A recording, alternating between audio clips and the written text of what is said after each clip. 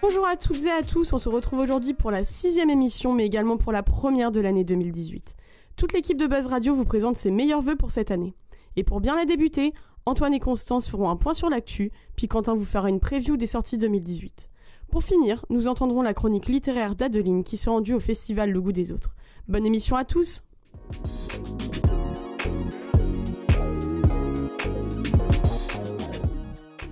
Bonjour à tous et bienvenue dans cette première chronique actu de l'année 2018. Bonjour Antoine. Bonjour Constance et bonne année à tous. Et on commence avec la première information sur le musée Malraux.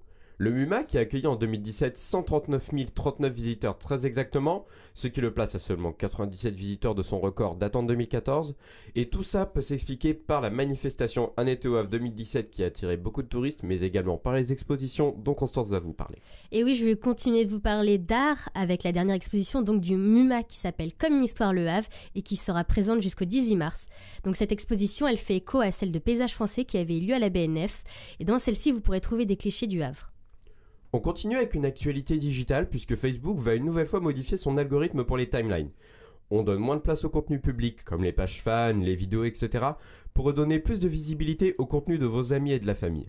Le but ici étant de donner encore moins de visibilité aux pages Facebook avec des titres d'articles à guicheurs, aux vidéos volées et repostées sans créditer les auteurs ou encore aux fake news qui nuisent à l'image du réseau social. Alors je sais que je persiste un petit peu avec la ville, mais je vais encore vous parler du Havre, puisque va se tenir bientôt le festival Festivaleur, qui est un festival sur le film documentaire, et qui aura lieu du 13 jusqu'au 16 février. Cette année, le thème, c'est les discriminations.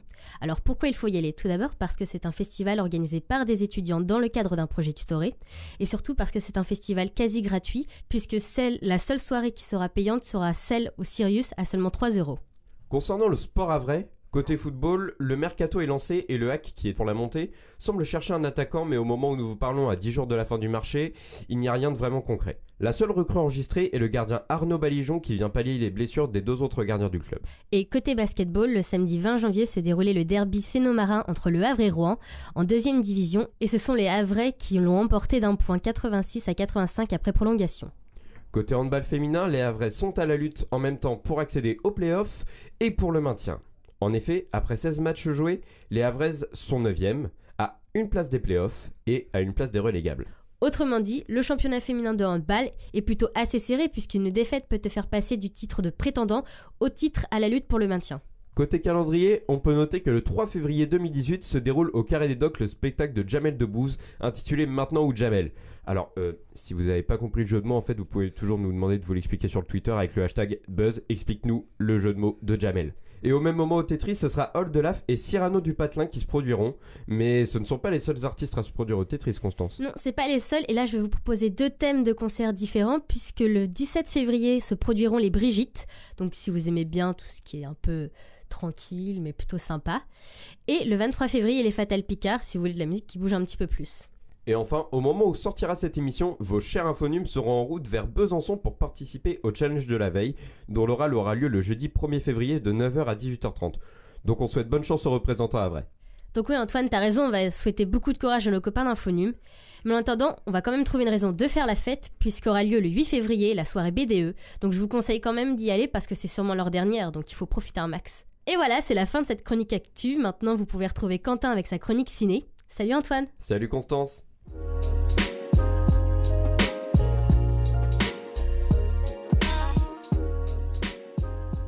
Avant de commencer cette chronique, je voulais vous souhaiter personnellement une bonne année, pleine de joie et d'allégresse, accompagnée évidemment de Buzz Radio, pour notre et surtout votre plus grand plaisir. Ouais, enfin surtout le nôtre. Ouais, surtout le nôtre.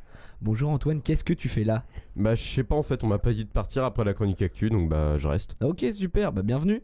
2018 prévoit une super année cinématographique et c'est pour ça que j'ai décidé de vous faire une émission un peu spéciale que je nommerai la Preview Ciné 2018. T'en as pas marre de te prendre pour un youtubeur à faire des previews et des tops là?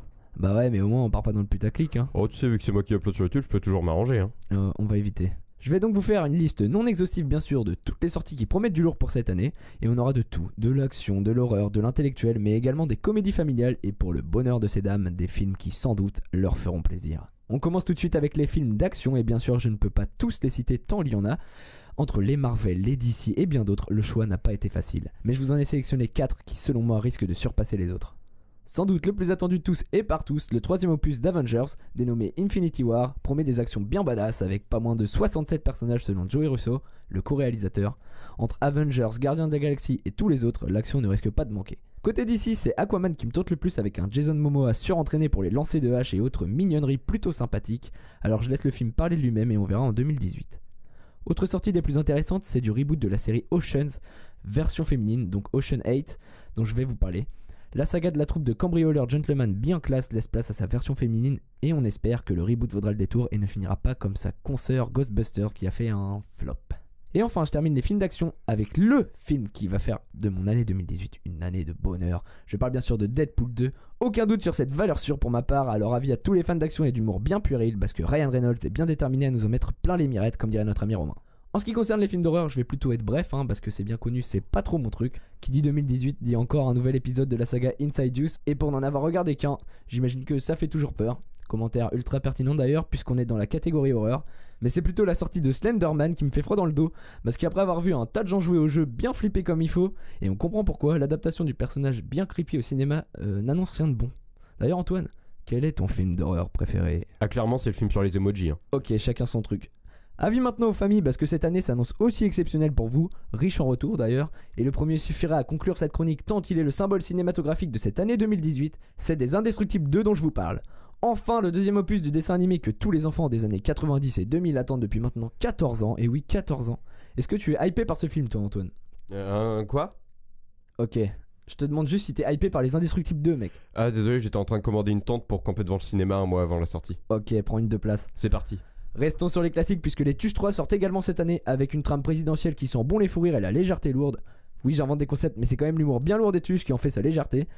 Et enfin pour les fans de Disney, un autre retour tant attendu, c'est Mary Poppins, la fameuse nounou qu'on adore, enfin surtout qu'Élise adore, revient pour le plaisir de tout le monde. Et on passe du cadre familial au cadre restreint de la jante féminine car 2018 il y en aura pour tout le monde, surtout les femmes. Et oui, puisque qui dit début d'année dit Saint-Valentin, qui dit Saint-Valentin dit 50 nuances. Et c'est 50 nuances plus claires qui sortira le 7 février prochain pour apporter de la compagnie aux femmes célibataires, mais également le moment pour tous les hommes amoureux de prouver leur amour en accompagnant leur chair et tendre au cinéma en ces dates si importantes, dirons-nous.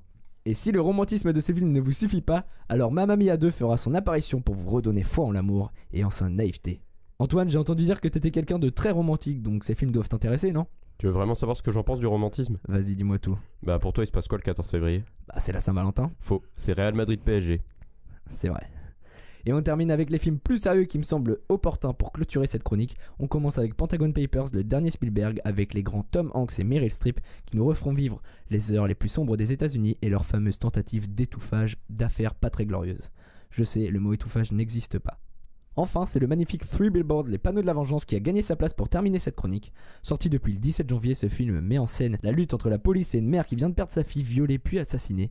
L'affaire n'avance pas, 7 mois passent et la mère souffrante décide de réagir et de révéler cette affaire au grand jour par le biais de panneaux publicitaires, car comme il est dit dans le film, plus une affaire fait parler d'elle et plus elle est résolue rapidement. Un chef-d'œuvre ayant récolté 16 nominations et 6 récompenses. Antoine, applaudissements.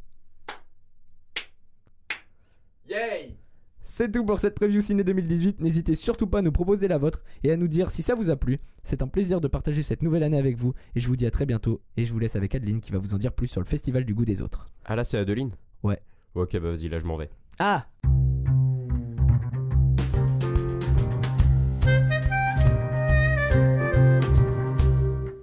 Amis de la littérature et autres âmes égarées, bienvenue dans cette nouvelle chronique littéraire. Il y a de cela 2 semaines, le week-end du 18 au 21 janvier, se déroulait la 7e édition du festival Le Goût des Autres, ici au Havre. Bien évidemment, je suis allée faire un tour du côté du Magic Mirrors et de ses rejetons installés pour l'occasion, et j'ai pu assister avec Gaëlan et Constance de l'équipe de Buzz Radio à la soirée d'ouverture.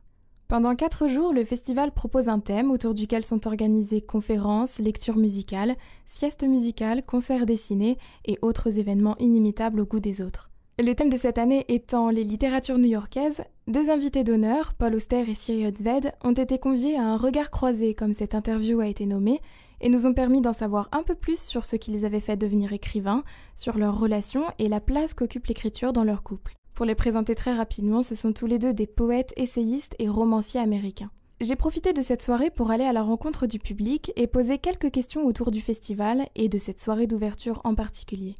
Les avis ont différé quant à la discussion qui nous a été présentée, écoutez plutôt. Bonsoir, je vous demandais comment vous vous appelez alors. Anne-Sophie. Alors, enchantée Anne-Sophie. Est-ce que cette soirée d'ouverture vous a plu? Bah écoute, dans l'ensemble, oui évidemment, parce que c'est quand même des auteurs que j'attendais. Après, un peu déçue de la manière dont se sont passées les choses.